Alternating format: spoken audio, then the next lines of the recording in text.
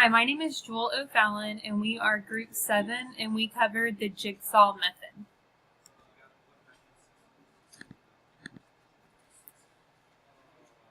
The Jigsaw classroom is a research-based cooperative learning technique invented and developed in the early 70s by Elliot Aronson and his students at the University of Texas and the University of California. Since about 1971, thousands of classrooms have used the jigsaw and proven it to be effective. In this method, each child is responsible for learning an essential piece of information in an assignment. In comparison to a jigsaw puzzle, the individual students of a group are like puzzle pieces in that they each come together to share the essential piece of information from the topic being learned. Hey everyone, this is Jamie. And so what is the jigsaw strategy? It is a method of organizing the classroom into groups where the students become dependent on each other for their own individual learning. So to begin this strategy, the teacher must create equal-sized home groups of about 4 to 6 students. In these home groups, the teacher must then number them off 1 through 4. After that, the students who are of the same number ones for example, they would all get together to form an expert group.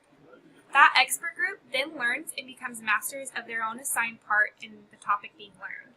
And after about 15 minutes or so of discussing and taking notes in that expert group, the students go back to their home groups and they take turns explaining to each other what they learned.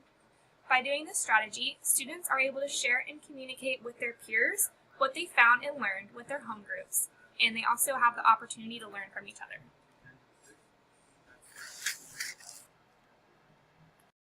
Hi everybody, my name is Chandler. I'm going to be giving you a demonstration of how the jigsaw works. This is all the students in their home groups. They're named after their favorite sports teams or favorite animals, just to make it a little bit more fun in the classroom. And then I will number them off from 1 to 4. And from the numbering, they'll go into their expert groups. And in their expert groups, all the ones are going to come together and they're going to talk about circles and all the characteristics of what a circle has. Like, it's one circle, there's no side, it's one circle. It's all one line and there's no sides to it. And then in group 2, all the triangles are going to come together and they're going to talk about the different types of triangles there are. There's scalene and isosceles and equilateral. And then it's going to be the same thing in groups 3 and 4. They're going to list the characteristics of a square and rectangle. And then they'll all come back together at their home groups where they will share with their team what their topic was: circles, triangles, square and rectangles. And yeah. Hi, this is Jasmine. So I'm going to be talking about some strengths that the jigsaw strategy has. Some of the strengths that the strategy has is that it gives students a sense of belonging, it gives them shared responsibility. Students will learn from others that are different than themselves, teaches students to listen and learn, improves students' communication skills with people that might be different than them, and it teaches students to be responsible by trusting them to walk around the classroom in a non-disruptive manner and trusting them to teach other students correct information. So the way it gives students a sense of belonging is if a student is a shy student or doesn't speak the same language, well, putting them into groups, it's kind of forcing them to make friends and feeling like they belong. And the way it gives them shared responsibility is that they're forced to learn something and pay attention so they can later on teach it to more students.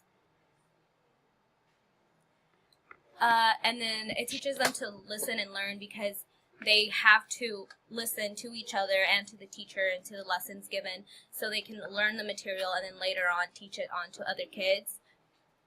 And it improves students' communication skills because, again, if they speak a different language or they're just shy, well, they're forced to speak to other kids and it'll improve their communication skills.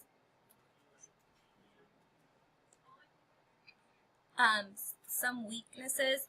This method did have a lot of strengths, but it also has a lot of weaknesses. Some is that it can create a misconception. So if the students are not paying attention or just don't understand the material, then later on when they go on to tell the other students about their material, they might give them false material or stuff.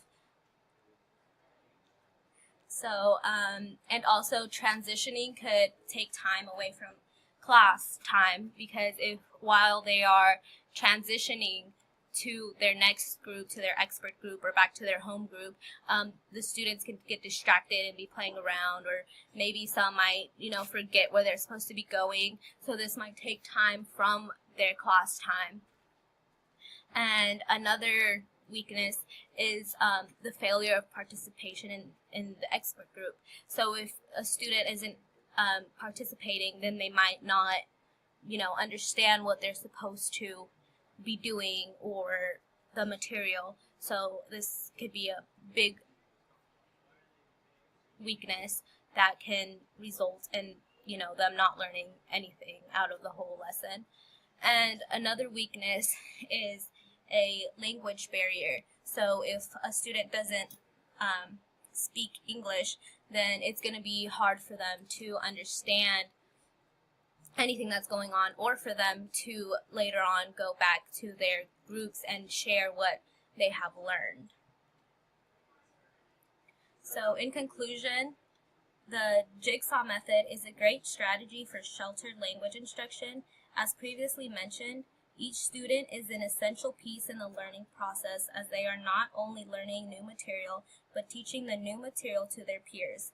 This is beneficial for not only English speakers, but LEPS as well, because everyone participates and have a specific role in their classroom learning, and all the students have to work together and communicate clearly in order to learn effectively.